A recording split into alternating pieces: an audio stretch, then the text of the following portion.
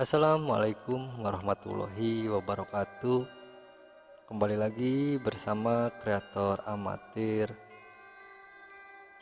Kali ini kita akan lanjut ke part berikutnya dari cerita yang kemarin.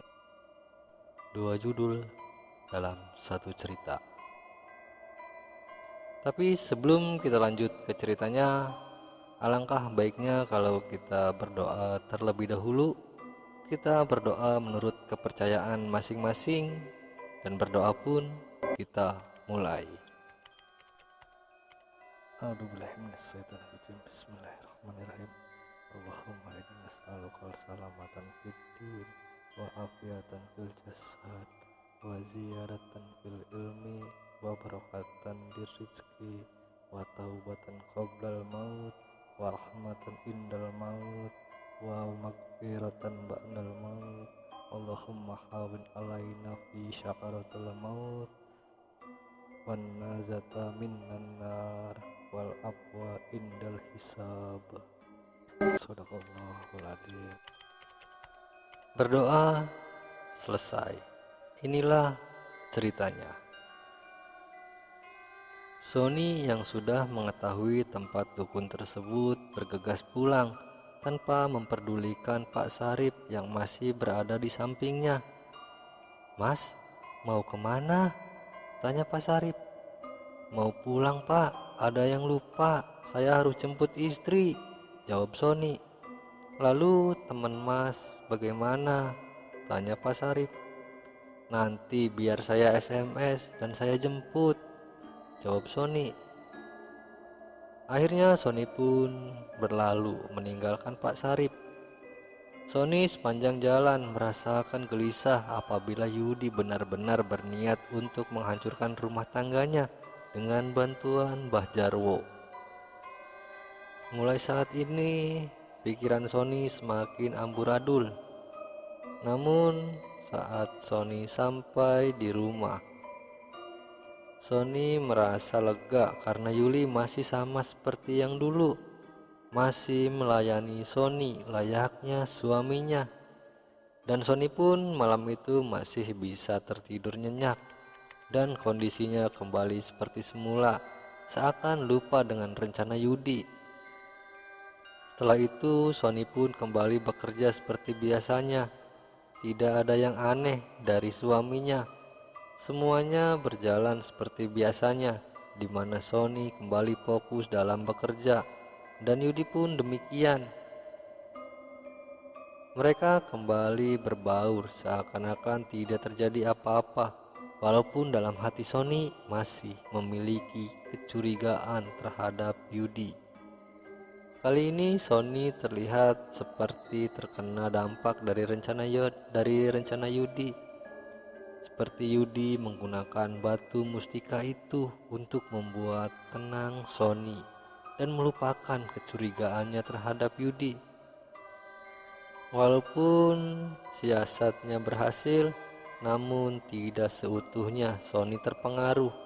Masih ada kesadaran dalam diri Sony. Pengaruh itu lambat laun memudar setelah Yudi melancarkan aksinya dan memikat Yuli dengan batu mustika itu. Saat itu Yudi hendak melancarkan aksinya di depan rumah Sony. Tampak Yuli sedang membereskan jualannya. Itulah awal kesempatan Yudi untuk melakukannya. Yudi berdiri dari kejauhan dan menatap tajam ke arah Yuli, sembari menggenggam batu permata itu.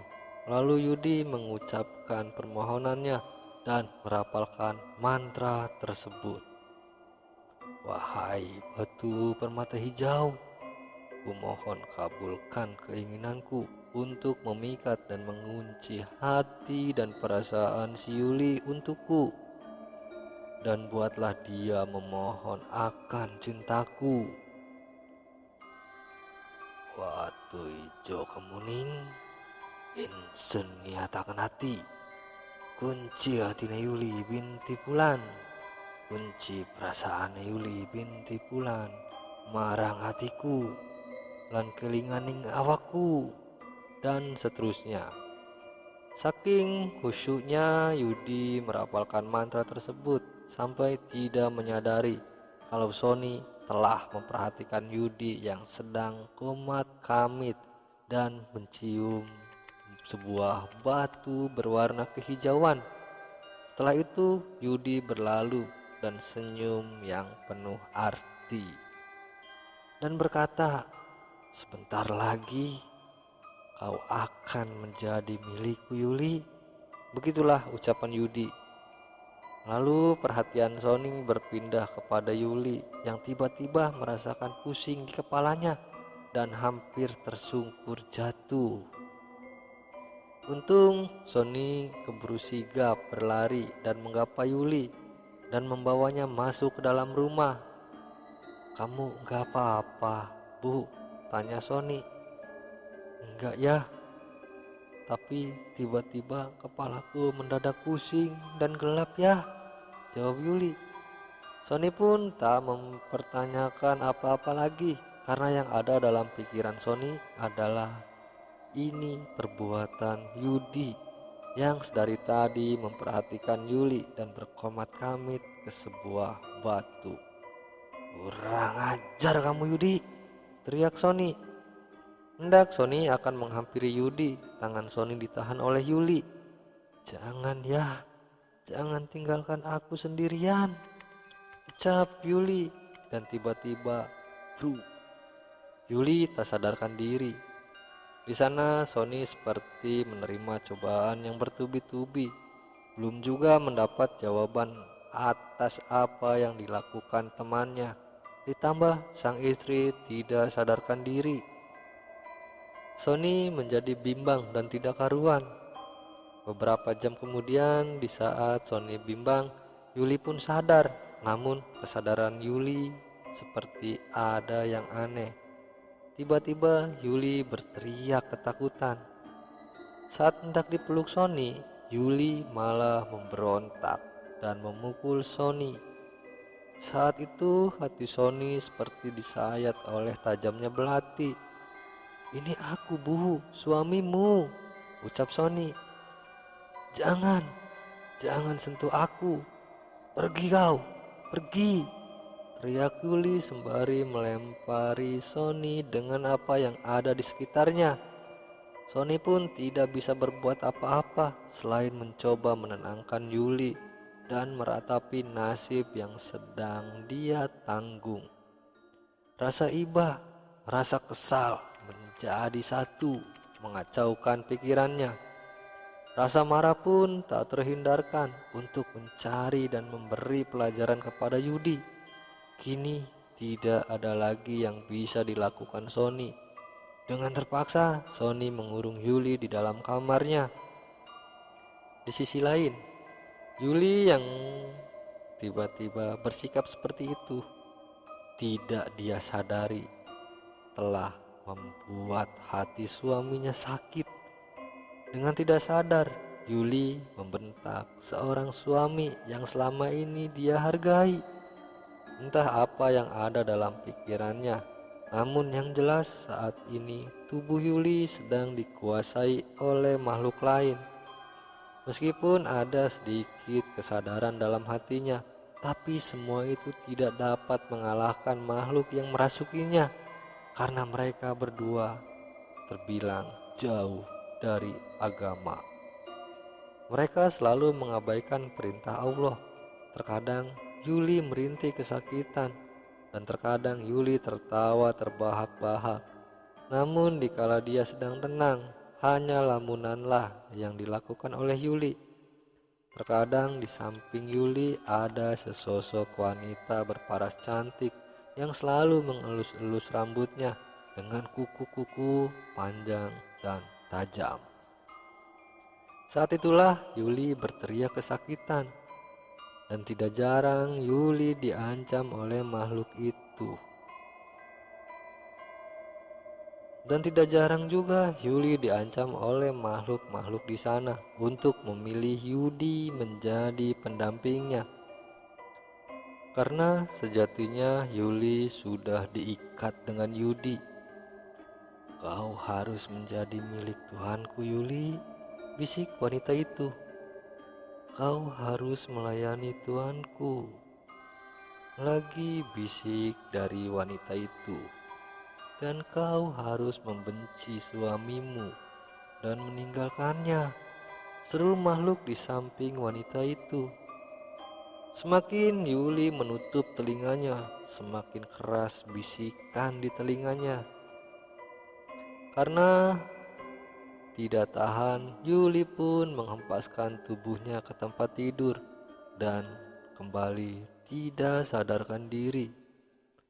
Disitulah wanita berparas cantik itu mulai meracuni otak dan pikiran Yuli. Dan mulai saat itu, yang ada di ingatan Yuli hanyalah Yudi. Dan saat itu pula, Yuli mulai membenci suaminya sendiri.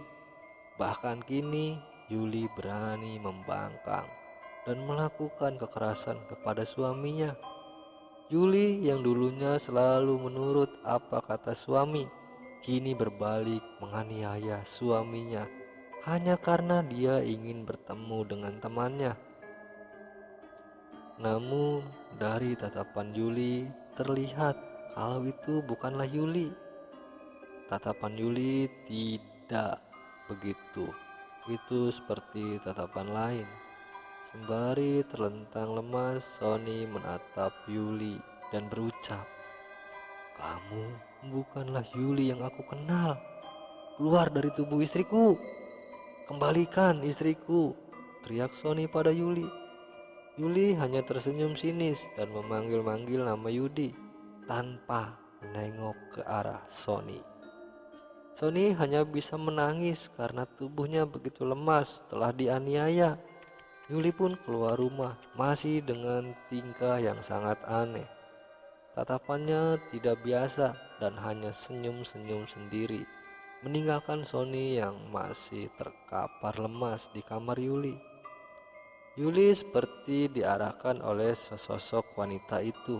Langkah demi langkah Yuli seperti dituntun meninggalkan Sony yang sedang terkapar di rumah.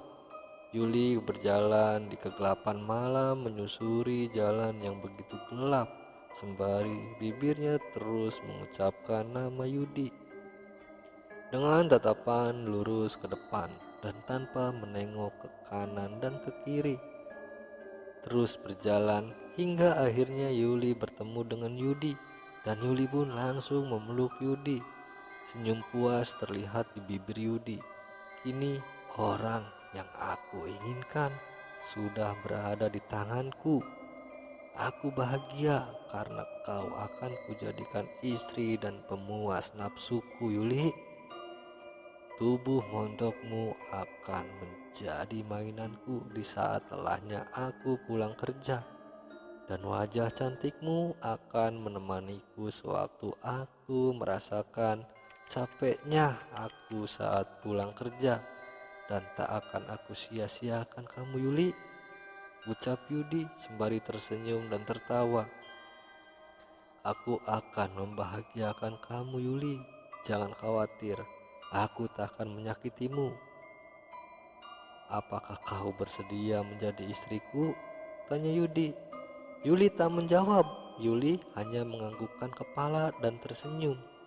Lalu mereka kembali berpelukan dan pulang ke rumah Yudi. Mereka berjalan layaknya dua sejoli yang sedang memadu cinta, walau raut wajah Yuli terlihat seperti terpaksa.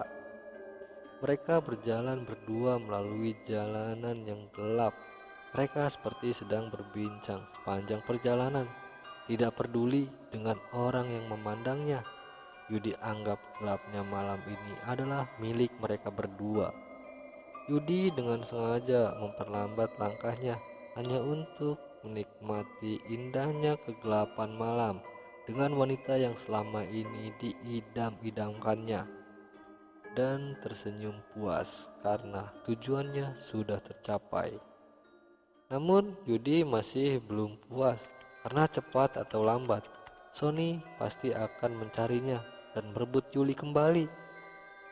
Maka dari itu Yudi memiliki rencana ingin membuat Sony menderita seumur hidupnya dengan menggunakan batu permata hijau itu.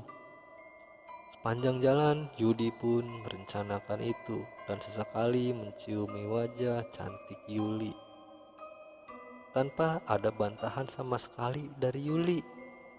Jelas, Yuli tidak bisa membantah karena saat ini Yuli sedang dalam pengaruh pelet batu permata hijau yang dilakukan oleh Yudi. Di dekat rumah Yudi, Yudi berpapasan dengan teman kerjanya. Teman kerjanya merasa aneh dengan tingkah wanita yang bersama Yudi. Warto hanya memandang wanita yang bersama dengan Yudi dengan tatapan heran. Seperti ada yang aneh dengan wanita itu, pikir Warto.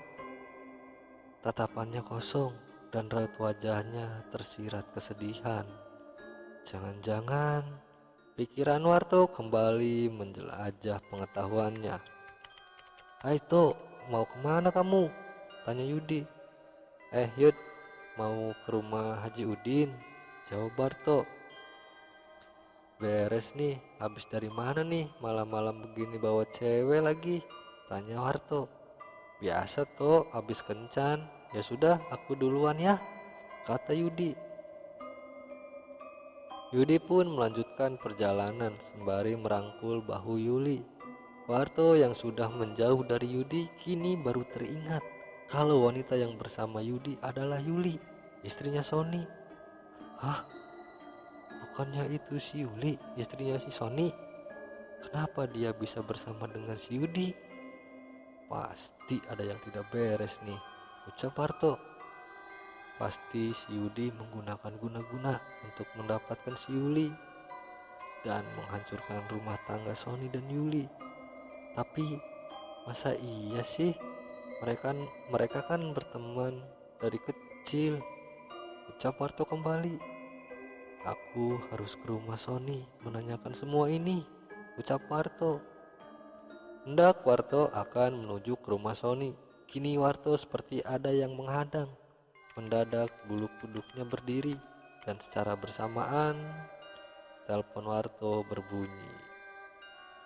"Ring." "Halo," ucap Warto.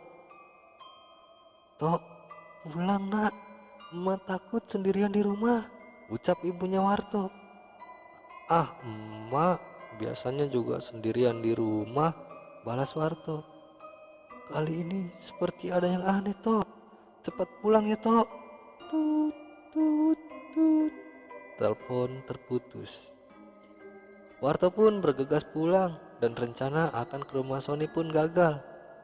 Di sisi lain, Yudi dan Yuli pun kini sampai di rumahnya Yudi. Yuli lalu diarahkan ke kamarnya dan disuruh beristirahat. Sedangkan Yudi sedang asik menatap gelapnya langit tanpa ada satupun bintang di langit. Pikirannya sedang merencanakan rencana selanjutnya, yaitu membuat Sony menderita.